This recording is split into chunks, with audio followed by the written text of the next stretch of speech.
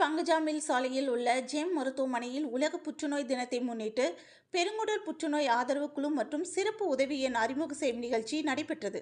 இதனை கோவை மாநகர காவல் ஆணையர் சரவணசுந்தர் அறிமுகம் செய்து வைத்தார்.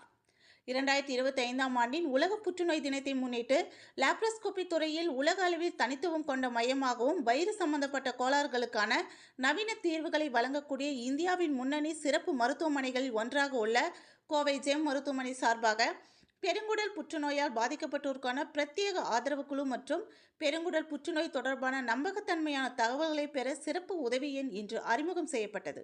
இது சம்பந்தமான தகவல்களை பெற பொதுமக்கள் 9999401000 என்ற எண்ணை அழைக்கலாம் என கோவை மாநகர காவல் ஆணையர் சரவணசுந்தர் அறிமுகம் செய்து வைத்து தெரிவித்தார்.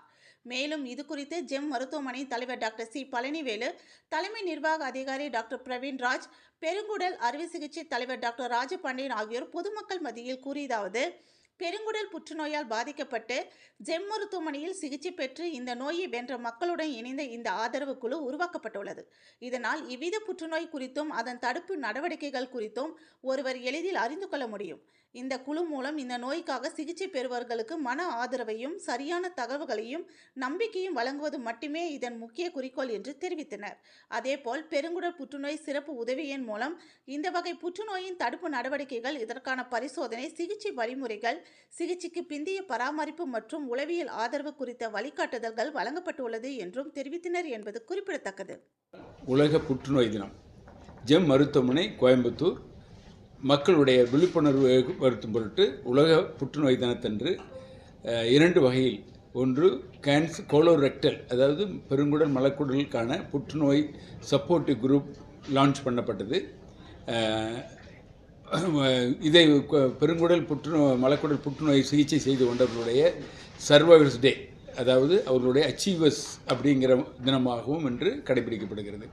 கோயம்புத்தூர் மாநகர போலீஸ் கமிஷனர் திரு சரவணசுந்தர் IPS அவர்கள் சிறப்பு விருந்தினராக கலந்து கொண்டு இந்த முகாமில் கலந்து கொண்டார்.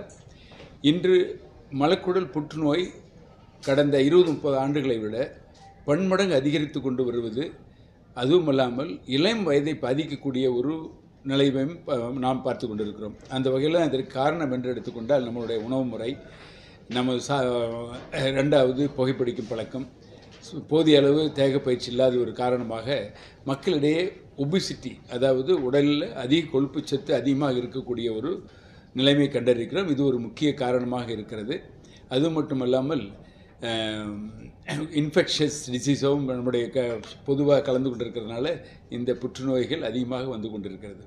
அதனால் இதை ஒரு ஜெம் மருத்துவமனை ஒரு விழிப்புணர்வு முகாமாக மார்ச் மாதம் அந்த பிப்ரவரி மாதம் முழுமையாக கடைபிடிக்கப்படுகிறது.